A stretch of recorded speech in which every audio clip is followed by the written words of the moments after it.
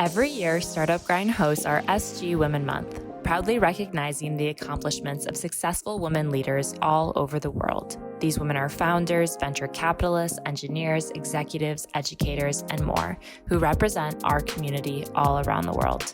This month, SG Women Month is proudly presented by Silicon Valley Bank and Google for Startups. So hi everybody, thank you so much for coming. Thank you Shachar, thank you to Brain Embassy, and of course to Iris Shoor.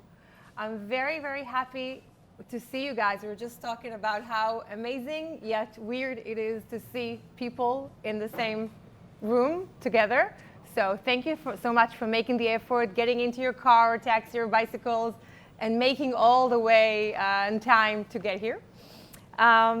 This is the first Startup Grind frontal event in a year and a half, probably. My name is Liron Glickman. I'm a business development consultant. And I'm very excited to have Iris Shoor with me today. And Hi. How are you, Iris? I'm good. I'm also very, very excited to see real people.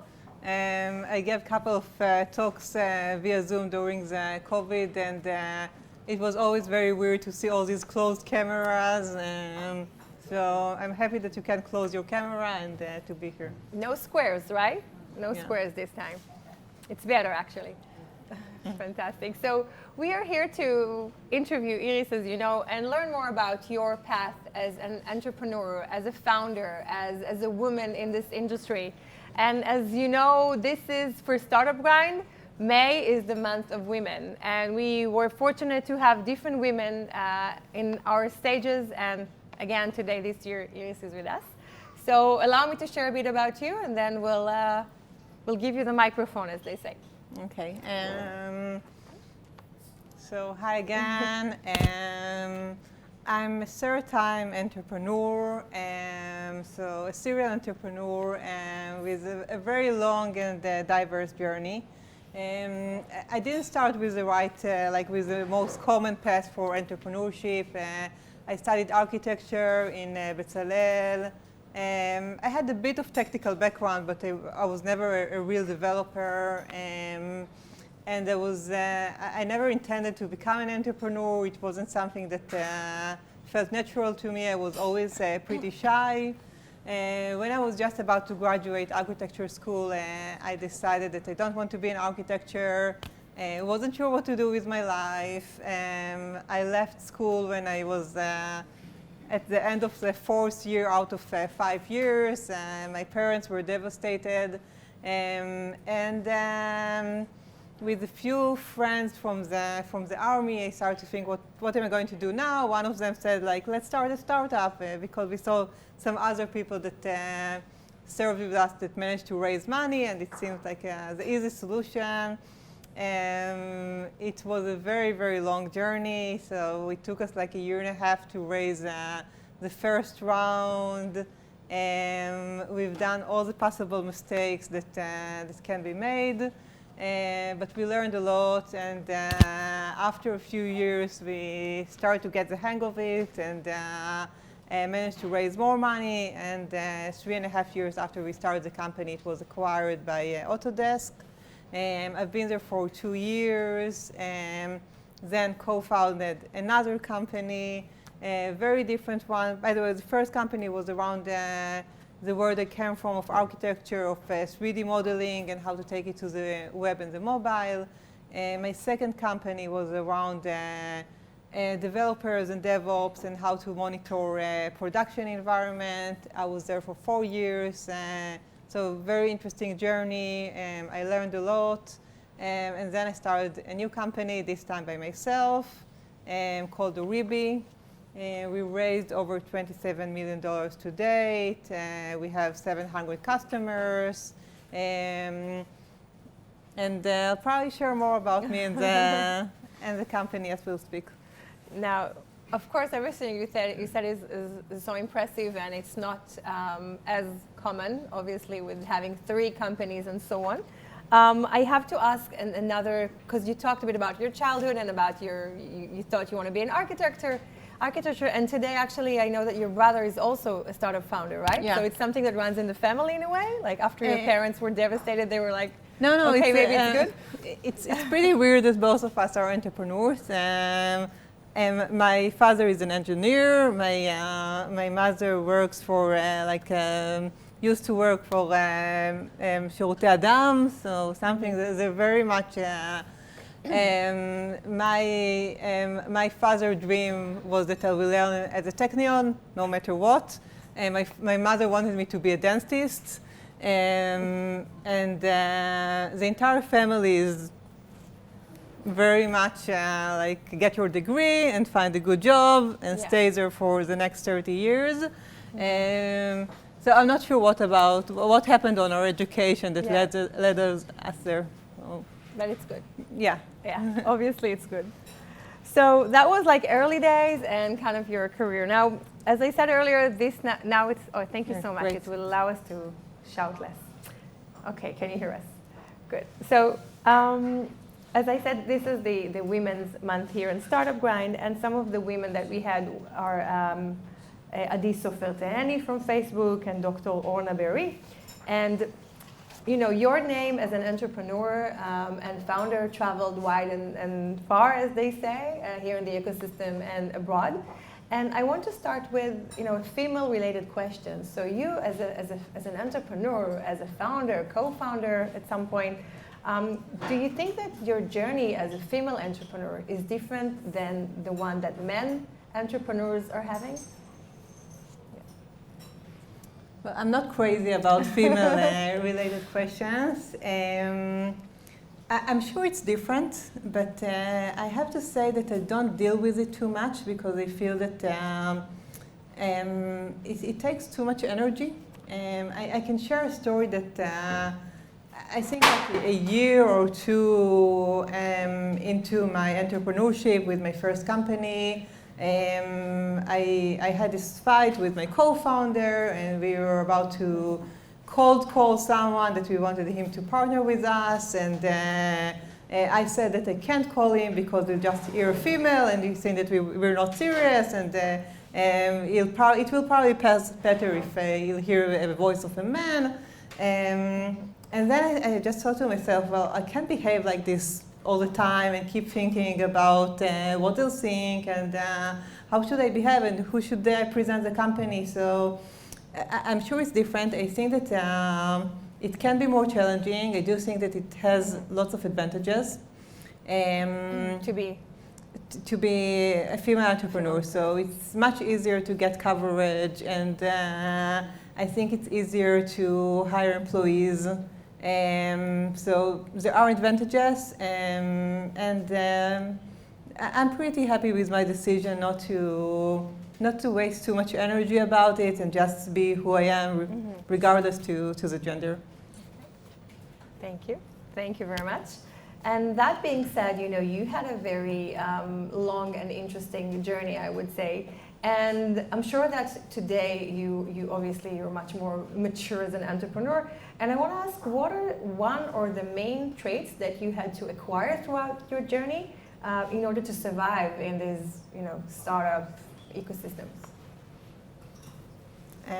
A lot. And like the one thing that I love and hate most about startup life is that every month or so you need to learn a new skill. I think probably like the main thing for me was learning new skills.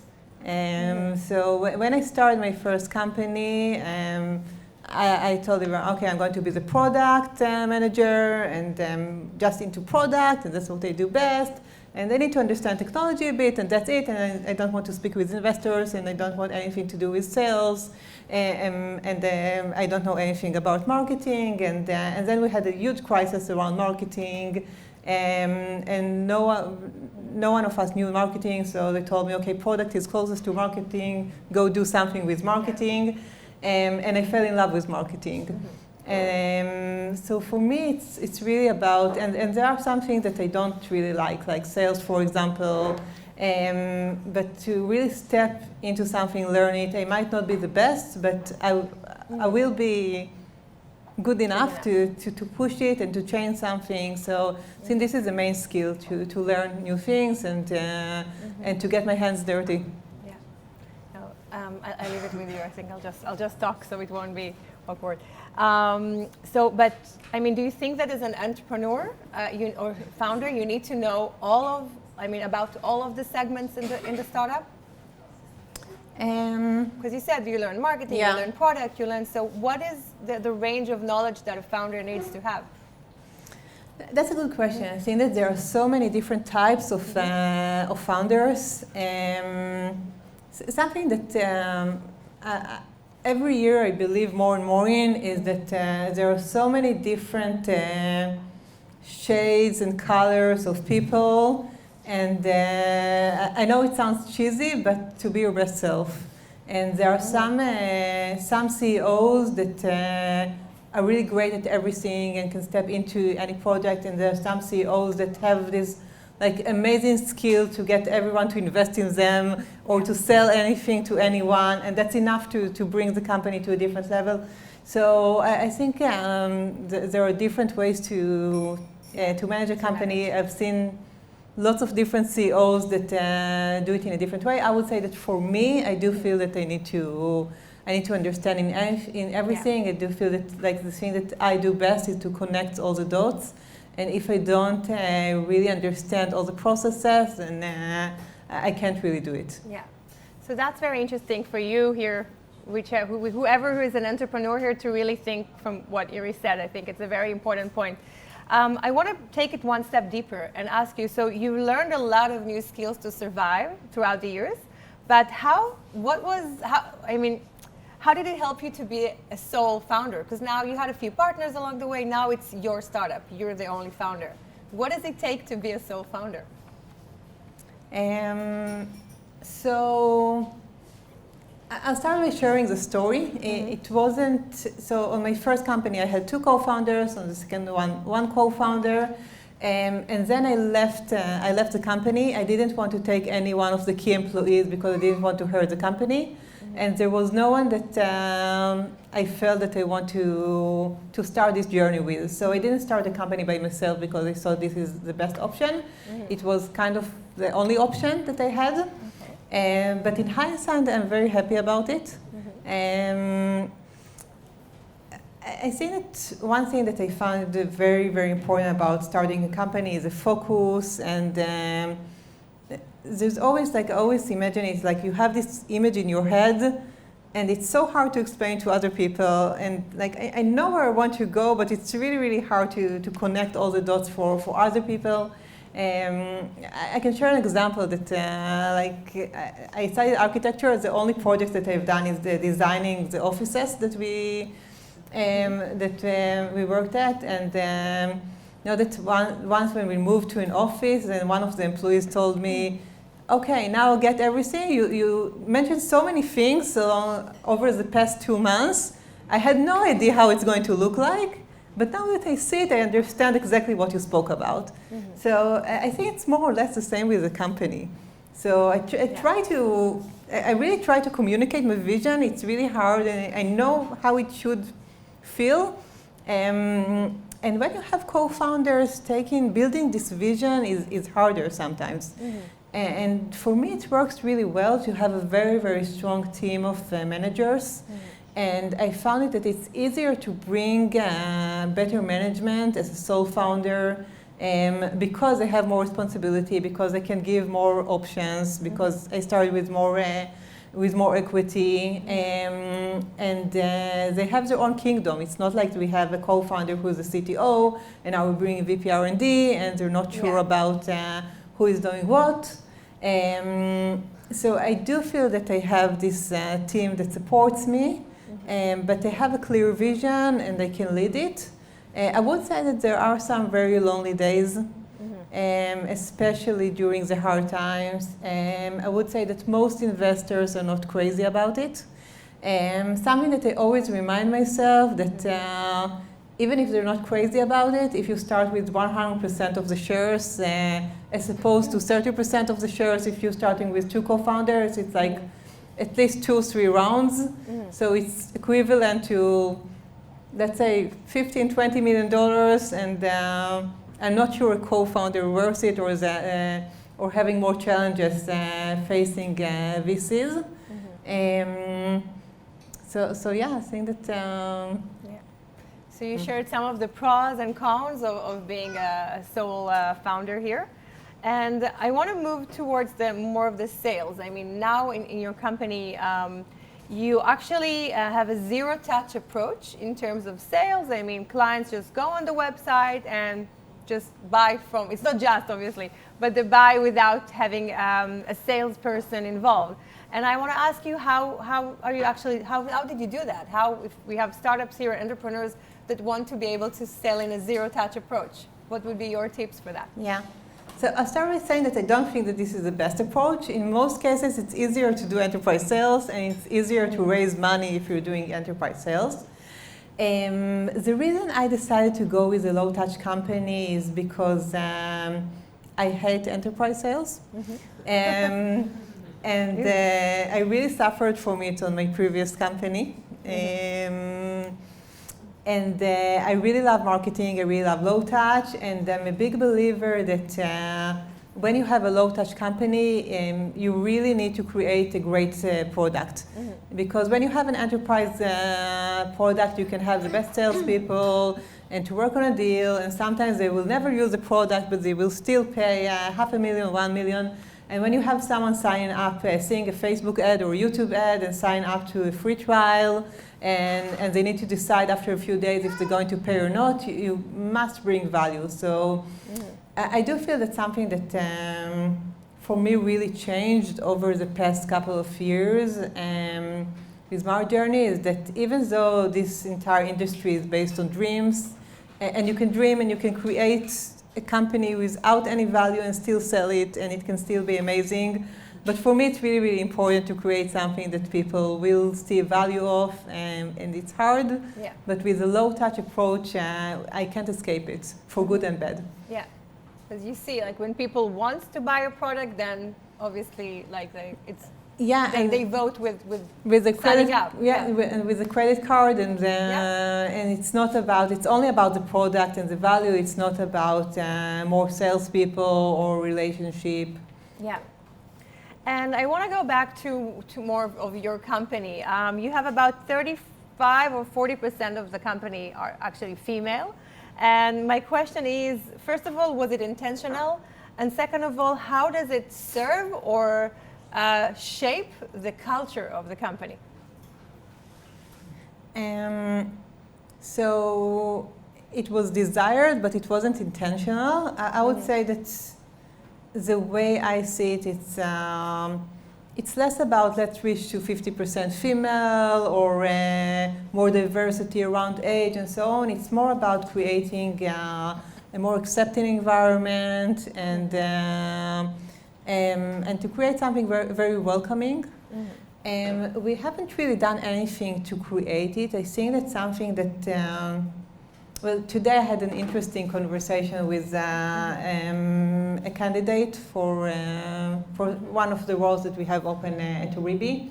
And he told me that, and we met face to face, and he told me that it's so refreshing to come to a face-to-face meeting because he can understand how the company, what is the energy of the company. So that like when we walk in, and it's enough to have like, to spend 5 minutes within the company and to see how the office looks like and who are the people and what's the energy and how do they speak. And they say that this is so true that you really feel the energy of the company. And I think that probably like most of you when you interviewed somewhere or when you came to a meeting, you got like the DNA of the company after a few minutes. And I think that for us it's more about the energy that we create and the culture of the company that brings the right people or the right people for us. And we're going to talk more about actually recruiting in just a few minutes. But before that, when we talked, you actually mentioned a lot about the sensitivity for people, whether they're your clients, whether they're your suppliers or employees. There's a lot of sensitivity to how they feel or to the human, you said, behind the title. And which is, now I'm sorry, man, for generalizing, but if I generalize, then that would be more of a female-related trait, even though also, of course, men has it. But I want to know how does it actually happens on a daily basis, this looking at the human behind the role or the employee? When I started Oribi, building the right culture was super important to me, and I really tried to engineer it. And it didn't work out. So when I started Oribi, I decided that we're going to have a personal growth plan and a professional growth plan, and each one of the employees can choose their own personal goal. It can be something like learning design, starting a blog, learning a course in public speaking, and get help in getting to the first lectures. I always have this like enormous list of things that I want to study and I want to do and challenges, and I really saw my goal to help other people progress more on the personal level. And I also saw that it's something that is really going to connect them to the company, because we're going to be the platform to help them grow. And it didn't work out. So most people didn't know what they want to do. That's something that I found amazing. Like, we had this long list of public speaking, writing, networking, design, marketing, and we also told them, like, you can choose whatever you want. And 70% of them said, like, I'm not sure, I don't know what they want to do. And for some of them, the project was very successful, but for most of them, they didn't know what they want to do. They selected something. Then after like 2 meetings, they decided to pass. And this was a very important lesson for me, that it's really hard to engineer these things. And I remember looking, when I decided that I want to stop with this project, I looked back at my previous company, and I told myself that we didn't engineer anything, we didn't have any agenda or rules, but it was still an amazing environment and people loved working there. So I think that for me right now, sometimes we do have different projects, but it's more about bringing the right culture and bringing myself. I think that's something that I do, but I don't intend to do it, but I bring myself in a very authentic way, because I don't have enough energy to put masks, and I whine a lot, and I tell everybody about the hard parts because they need support. And this is something that really creates, it really reflects on people. Something amazing that I see with my management is that every time we have a new member to the management and they enter the management meeting, they always start with very like façon. And this is what they've done this week, and these are my goals. And after a month or 2 months, they start share more about what they struggle with and more about the personal life. So I think it's mainly about modeling, and I think it's really, really hard to engineer it. That's also something that we always see with large companies, that they have these like, forgot the name of like all the code of conduct and values, and we strive excellence and so on, and it doesn't, you can't really do anything with it. So it's like the commander's spirit, Ruach HaMefaked, what we say. It's like you being a model for them in how you bring yourself, and then they feel comfortable to shine in their own way, if that's what I'm and I think that there are, as this relates to the beginning of the conversation, there are so many different models, and there are companies that are very aggressive, but everybody are all around it, and they're all about achieving the goals and competition, and it works for them. So I think that there's no right modeling, but there is something stronger with companies in which you feel what the DNA is. Now, the next topic is actually one of, I think, my favorite in this whole conversation. But before that, I want to ask you, has anyone here ever signed up for a job and never got a reply back? Wow. Only? I'm sure the other ones are shy. So because of that, and I'm sure each and every one of you knows the annoying feeling of, at least tell me if I passed, if I didn't, or so on. Because of that, Iris actually came up with a concept and a campaign called Fair Hiring Process. So please share more. What does it mean and what can we learn from that? Okay, so we closed our Series B about 5 or 6 months ago. And raising money was, as always, a terrible experience. This is all, is it all recorded? Okay, so I won't share everything, but you probably get the film and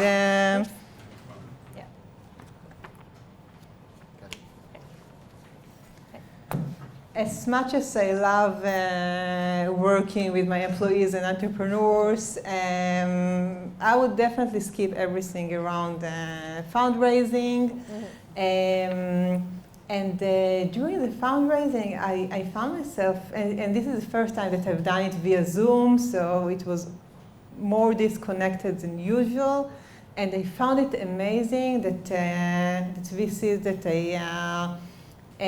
I had 3, 4, 5 meetings with them just ghost and disappear, and that they don't really explain what is the problem if they decide not to invest. And the entire process for me, and that's something that I knew, and I know it's not personal, and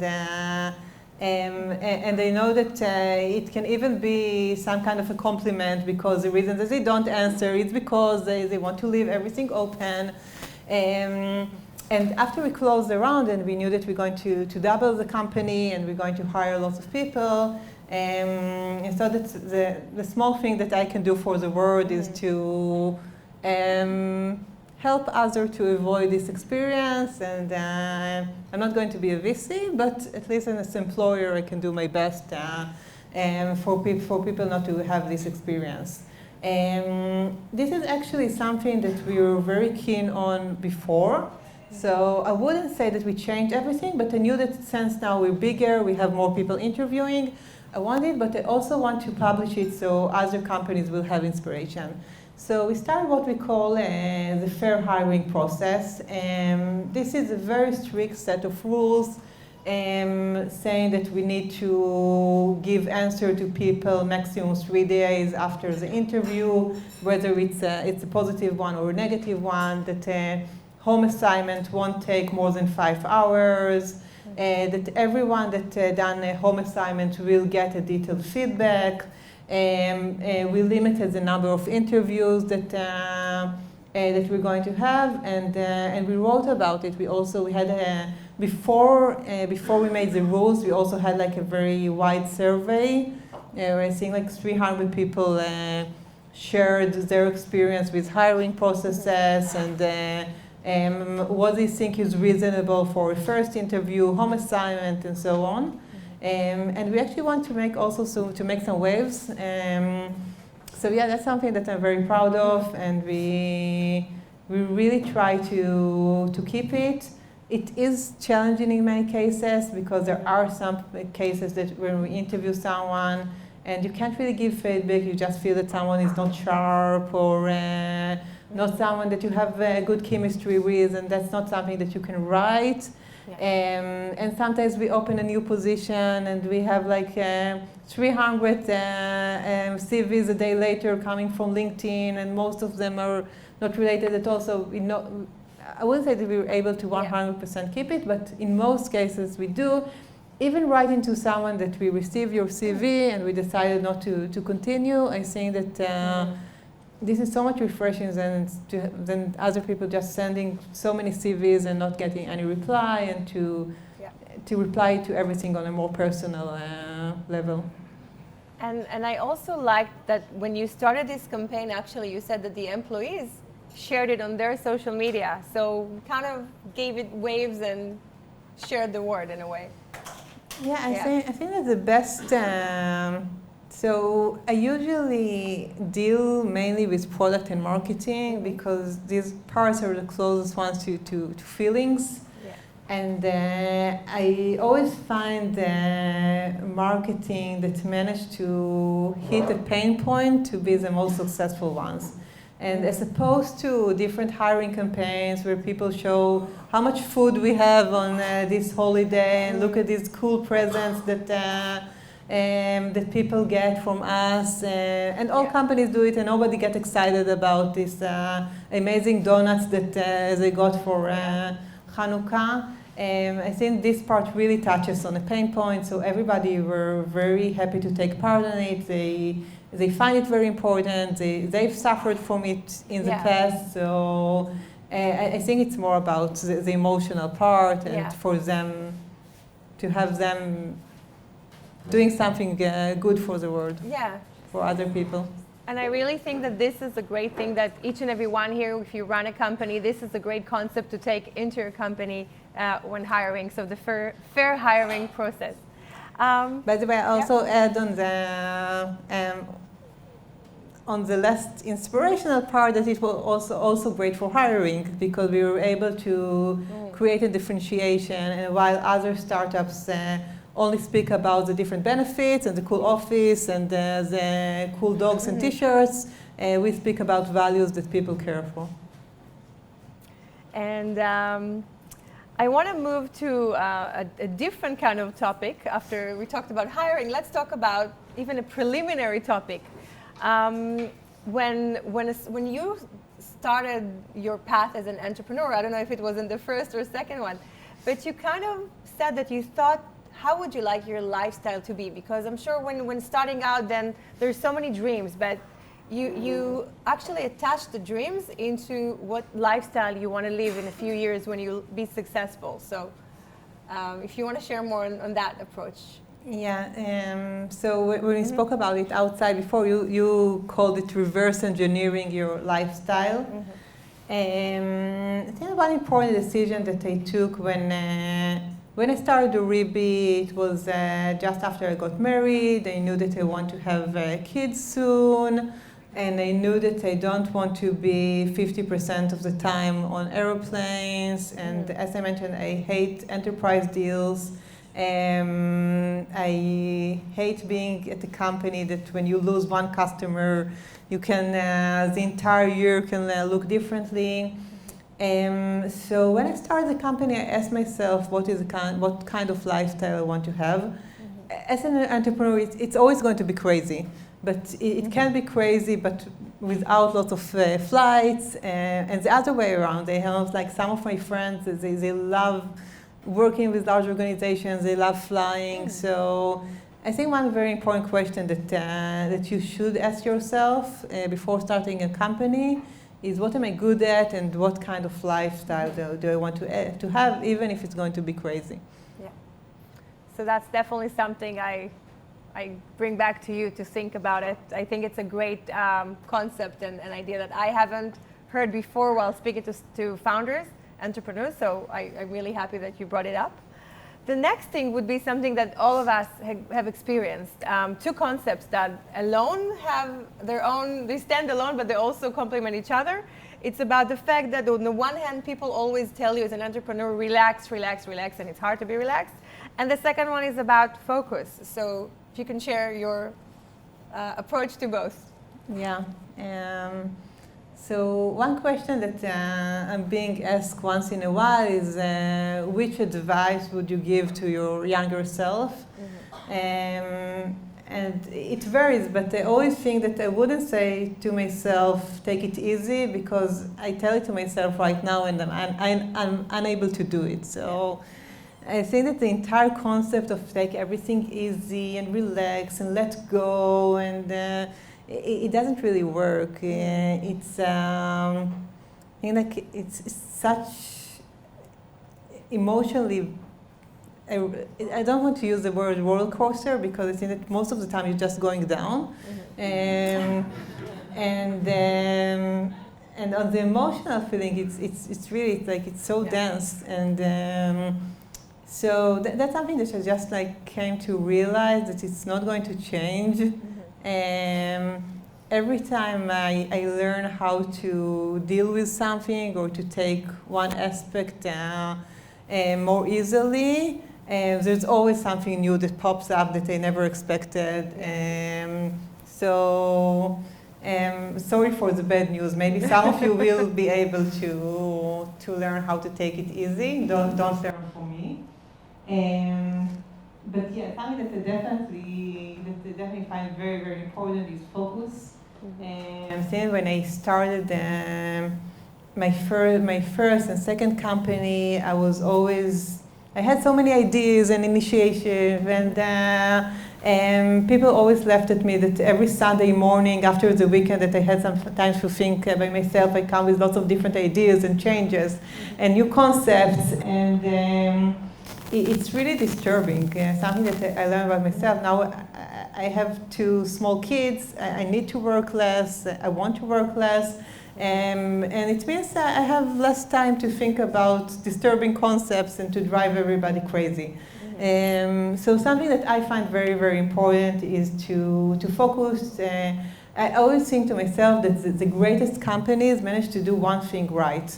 So Google done search right, Facebook done social media right.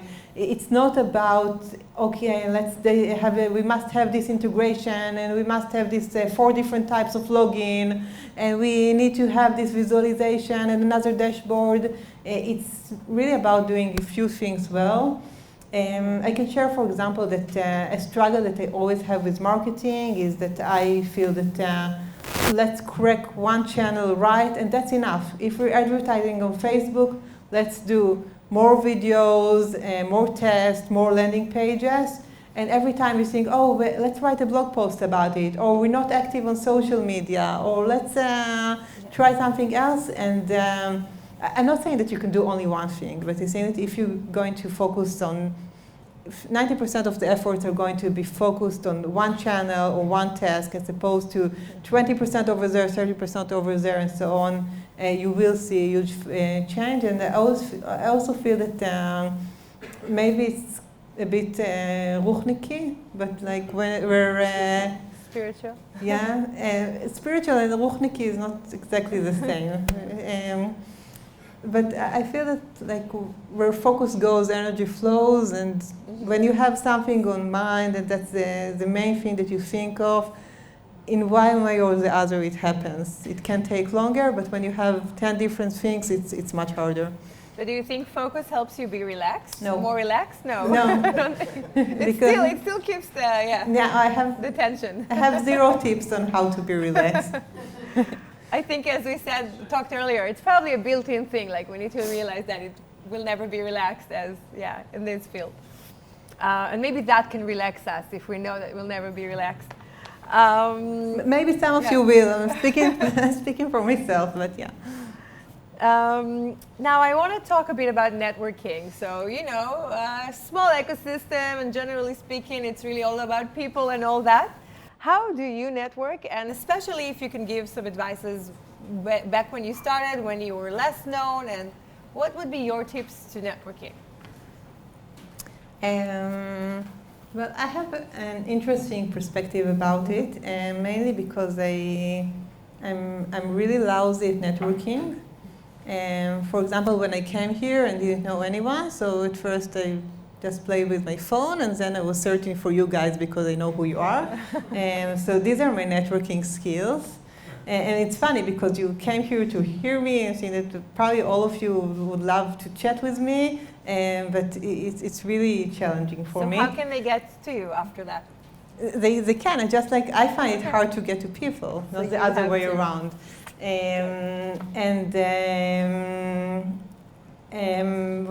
Even after my first exit, I was terrified of public speaking. I hate dinners and other events. But I see that networking is very, very important, and it really helped me to get to lots of places. And the path that I took, it wasn't a really intentional one. It took me a while to understand that it's working for me. But it was more about getting myself out with writing, with public speaking that took me a while, but mostly with writing. And I remember when I started writing, I was sure that I have nothing new to tell people, and there are so many different entrepreneurs that sold companies for larger sums and that have more marketing experience. But I just started writing in my own voice. every couple of months or years, they do something differently. It can be something different. It can be a podcast or writing on different topics or different projects, and that's something that really helps most people know who I am, and then it's much easier to reach out to them. Even though, like, most people that help me network are people that are just like, I know from Facebook, I just write to them if I need something, but they really feel that they know me. So this was my way from networking, and I feel that today there are so many different ways to create a network and to bring yourself out there. And even if you're going to create a small network, it's still a network. Yeah. And you know, my main takeaway from what Iris just said is just find your either platform or method that works for you. If for you it was writing. And you also told me outside that you even take your developers every few months for like a writing getaway, I would call it. And you really try to give them the skills to get out of their comfort zone, which I think is great to try at least. Yeah, so this is actually not my idea. This is a great initiative of our VP R&D. And something that we and all companies struggle with is how to get developers to write. And we do want to have some tech blog and some presence.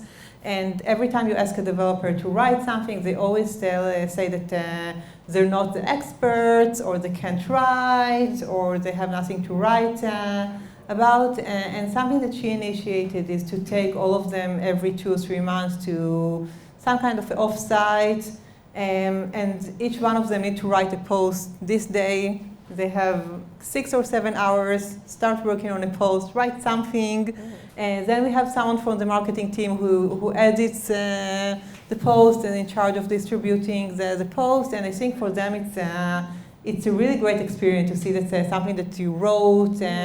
People read, people get in touch with you. They're always very worried that they don't have anything interesting to write about, or they're not the best expert, or what people will say because this case study only covers what we've done this month and so on, and they really have this great experience of putting themselves out there.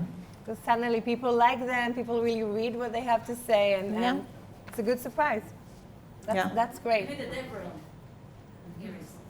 this is what developers do. They encourage developers to put themselves out there on stages and on blogs. Yeah. And, you know, hopefully, we're not sure yet, but hopefully we are in a post-pandemic era. And I want to ask you, as a CEO, an entrepreneur, founder and an entrepreneur, how did the pandemic affected you or change your view on what you do every day? It's something that really changed for me as an entrepreneur along the years is to stay closer to the ground and to really feel what's happening and not to listen too much to trends and advices if I don't connect to them. And the past year really highlighted this for me. So when COVID started, my investors told me, okay, you need to freeze everything, you'll need every dollar, you won't be able to raise money the next year. And we lost lots of customers, and but then we saw that new customers continue arriving, and we weren't sure what to do with the marketing budget. And then we got to the place that we had to raise money, but we had a plateau of a few months, but everybody raised money around us. So I think it really taught me that nobody knows exactly what is going to happen. Also, like right now with everybody try to predict if people are going to come back to the office or not. And I'm really trying to listen to people and to see what the words tell me, what people tell me, and to be less about trends. I think that this past year proved to all of us that we don't know anything and we can't really predict it.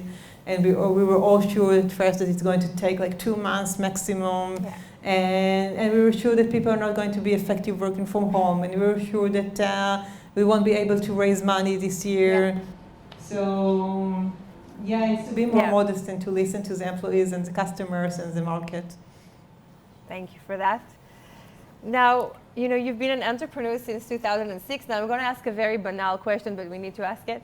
I mean, you've done it, you've built your company, and how did you do that with building, going dating, finding your husband, getting a family, raising kids, and still, founding another company? How do you do that? On the preparation call, I told you that you shouldn't ask me this question because I don't have any good answer. There are some people that say, well, I had this babysitter then and this nanny then, I know, and every Wednesday I wake up at 5 a.m. and I have time. So I have no life. I hardly sleep. Everything is chaotic.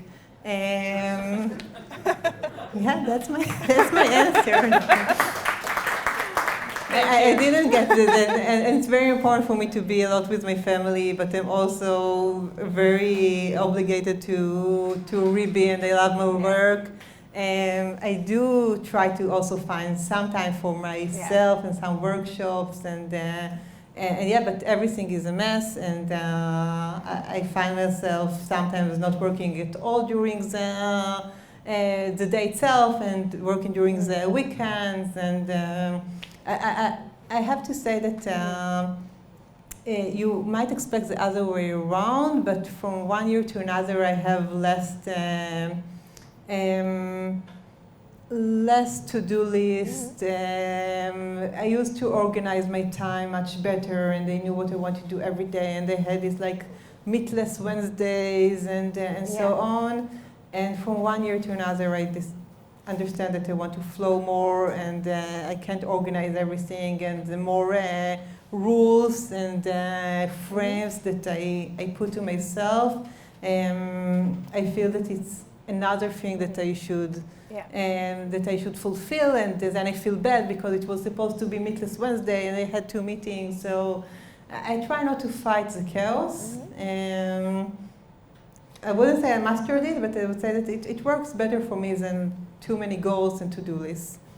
I think that's a very honest answer, and I think that's what being a modern Wonder Woman is. I mean, there is a chaos, whatever, we'll just go with the flow. Everyone will take it to where they need to, as long as, you're happy, you do what you need. So I think that's reality. And one last question before you get to ask Iris questions is, if or when you'll ever write a book, what would it be about? Okay, it's funny to share it here because I've never really spoke about it, but I have 3 books in mind, very different ones. I do want to write a book about entrepreneurship. I think that something that is really missing is some kind of like 101 for entrepreneurs, and just to cover all the basic topics of like how to interview, how to start an idea, how to raise money. Not just from my experience, just like all the basics, like the book that I would love reading like 10, 15 years ago. I want to write a fantasy book someday. Fantasy book? Yeah. And a book that I have in mind, if some of you know something, it's something that I looked for myself, but it's a book for good games with the kids. I think that today they're... You have a buyer already. First line. That today you can buy lots of toys, but when you do have some quality time with them, even if it's like 10 or 20 minutes, and I find myself inventing lots of funny games. So mainly for like toddlers, because that's my life right now. But I feel that's something that I would really love getting, not something like how to create a doll of an owl and you need to glue it. I have to like very boys and hyperactive, and they won't do any craft or so. But it's really important for me to have like a deeper experience with them. So So might maybe be your the next 3rd book. Maybe your next startup will be for kids. Entrepreneurship goes to any sector, so. I'm not sure that. I think it's a hard one. It's a hard one. Yeah, I'm not sure that this is the direction, but yeah, that's. Great. So thanks for sharing the 3 ideas. I asked for 1, but 3 is amazing. And thanks for sharing but here. right now I have time to write like 1 blog post every 3 months, so I'm not sure It's a good how start. long it's going to take to write all 3 books. Well, we'll remember that. Anybody has questions first? Yes. What's your name? My name is Avishai Weissman. Actually, I have 2 questions, but I will try to start off just with one of them. So I'm a founder in one startup, an impact startup, and I was wondering how as a sole founder, did you gather the first team? Was it from savings you had before, or was it by offering equities or options? Like, how did you find them? How did you motivate them? What worked best for me was that I had my network, and but mainly because of the writing. So people knew what I bring to the table, and that really helped me to bring the right people.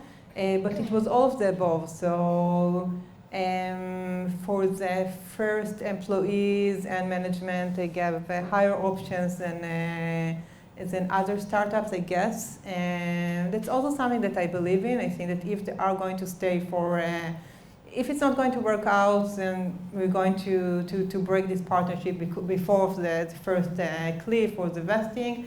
And if they're going to stay with me for like 3 or 4 years, I do want them to have a part of the company. And it was also like lots of hard work, countless interviews, meetings, replacing some of them after a few months. And if nobody has anything else like that, so the second question is that how, when you move between your startups, so did you have to, because of cliffing and stuff, did you have to give a part of your equities? Yeah, I wasn't fully vested, and so yeah, I gave up some of my shares. Okay. My name is Arik Diamond from Secret Sauce. I have a question about Oribi. Mm-hmm. I read that at a certain point in time, sales weren't going too well, and you decided to fire half your staff and cut down costs and kind of fold in and do some rethinking. And it seemed to me surprising because my gut feeling as a founder would be, if sales aren't going well enough, maybe we need to hire 2 more salespeople and buckle up and work harder. What were the signals that made you stop and say, okay, we're confused. Something needs to be reworked. Yeah. So it's really interesting that it happened a while ago, and it made, like when I wrote about it, there was like an earthquake. And it's amazing because most startups fire, in many cases, they fire like 30-50% of the employees for different reasons. And I'm not sure that business-wise it was the right decision exactly because of what you mentioned. And because people think that maybe there's something wrong with the company, it was harder to raise funds later. But I'm very happy with this decision. I was at a point that I felt that I'm not with the right team, and that the team is not product and customer-centric enough, that things are not going fast enough. I just felt that this is not the team that is the right seed for the right company that I want to build. And then I stayed with 5 people, amazing, very customer, product-oriented. We were able to move much faster. So yeah, it was more of a personal decision. I think that at this point I was able to raise more money because it was very early stages and nobody really measured us based on sales. But as I mentioned before, something that really changes for me from one year to another is being closer to my values and to creating something that does bring value and not just this bubble. And I'm not sure exit-wise this is the right decision. Question about management, not about entrepreneurship. You you mentioned two activities. One that succeeded, that's the off-site writing stuff, suggested by the VPRD, and another one that failed, trying to engineer the company culture. But they have many similarities, because in both cases you kind of encourage your people to learn something new. Yeah. Why did one fail and the other one succeed? Did you give more time for the outside writing or something else? I think that the writing activity is much more framed. It's only like one day every couple of months, takes 6 or 7 hours. It's less up to them. By the way, we try not to force anyone. In general, I always tell people, right now we're almost 50 employees. Everything we'll do won't suit everyone. And every time we have a company activity, there are some people that don't like this kind of food or don't like or think that this is silly. So I'm not trying to. Something that I learned is not to try to create harmony. It will never work. So also with this, but I think it's much more. It's less about the progress. It's less about something that they need to do. It's something that is much easier to create. If we would have said, like, each one of you need to start their own blog, and you'll have mentors and time, I don't think it would work out. So I think that it's a very small piece, so it's easier.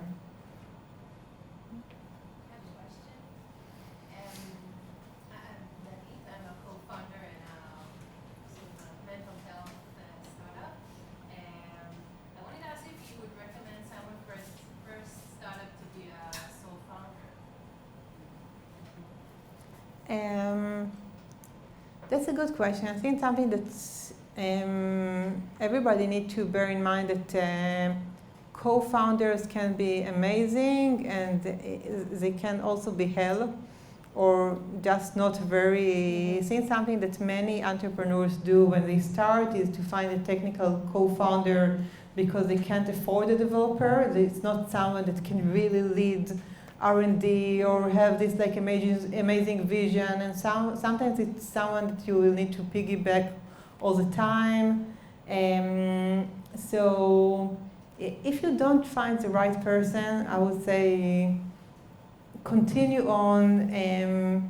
Something that I argue with is that many people feel that they need to decide if they want a co-founder or not at the beginning. But there are so many different paradigms that you can use. So you might start by yourself, and then a year or two later find someone who can be co-founder, and they won't have 50% of the company, but 20%.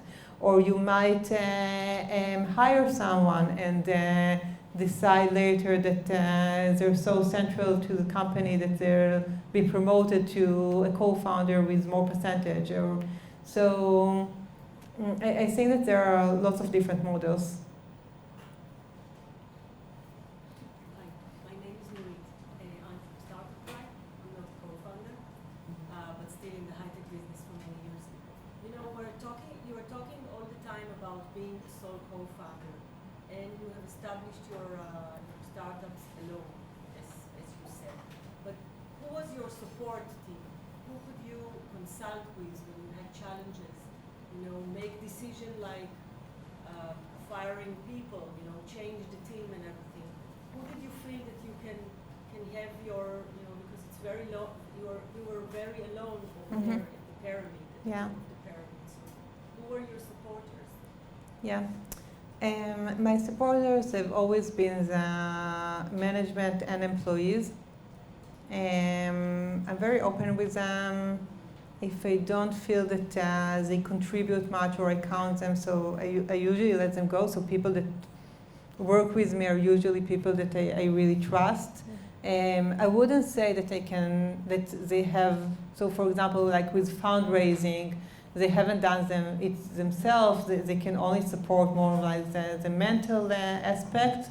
Lots of decisions we take together. So definitely the people that work with me, and it's not only the management, also part of also some of the employees. I wanted to ask what made you start a company that directly competes with Google Yeah. So yeah, we compete with Google Analytics because I feel that there's so much to do around this market. It's not like competing with Google Search. Google Analytics is something that serves Google Ads, people don't like. I wouldn't compete with the product that I think that is very good and people love. When we started Oribi, I thought, okay, there's Google Analytics, there are lots of high-end tools or developers-oriented tools, and there's so much in between that doesn't get answer.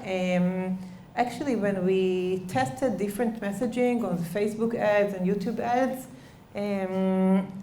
one day I just decided to try something that is head-to-head with Google Analytics. I didn't start Oribi with let's beat Google Analytics. So just like there are so many people that don't get answer for any one of the tools, and there is a lot to do about this around this space.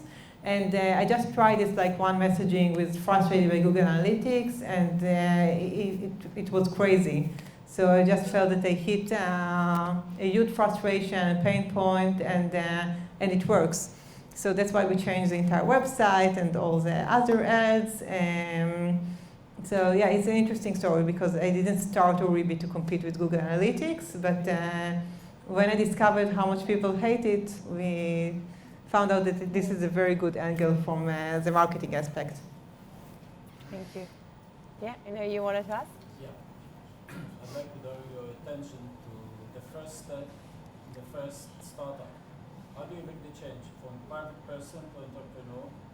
In a little bit more details, the financial side, what kind of technology you need, what kind of support you need. What do you have to do in the first stage? So the question was about the first stage of starting a company. I think that from one year to another it becomes easier because you might not earn money, but you don't need to invest a lot. So I remember when I started my first company, we actually we rented servers from Bezek. There was no AWS. We had like some physical servers on the Bezek farm, and it cost more. So I think today it's easier because even with marketing, you can start with a pretty low budget. So I tell people that think about it as like your master degree or your degree, and people say, okay, it's very reasonable to take like 3 or 4 years of my life and be a student and not earn money. But when you tell people that right now you need to take a year or two, or even like a long maternity leave, that's also cool. Let's take a year or two to rest. But when you tell people let's take a year or two without earning salary, they think like it's crazy. So I don't think that you need much. I do think that on the mental side, it's really hard because you never know if you're on the right direction. And next week you're going to be founded and you're going to create this amazing company, or if you're crazy and you're going to continue for 5 years and nobody is going to invest in you and you're building something that is completely wrong. How do you finance yourself from zero to MVP? What kind of knowledge you need just to start? I think that the question should be the other way around. What do I know? What do I know? And how to build a company around it. So if you're technical, it's easier. If you're not technical, don't go to these places. There are so many different other things to do. I think that usually if you're not technical at all and you're trying to work with these like freelancers, it's the wrong recipe. So when I started Oribi, I really asked myself, what do I do best, and what type of lifestyle do I want, and that was one of the main factors and reasons that led me to this idea.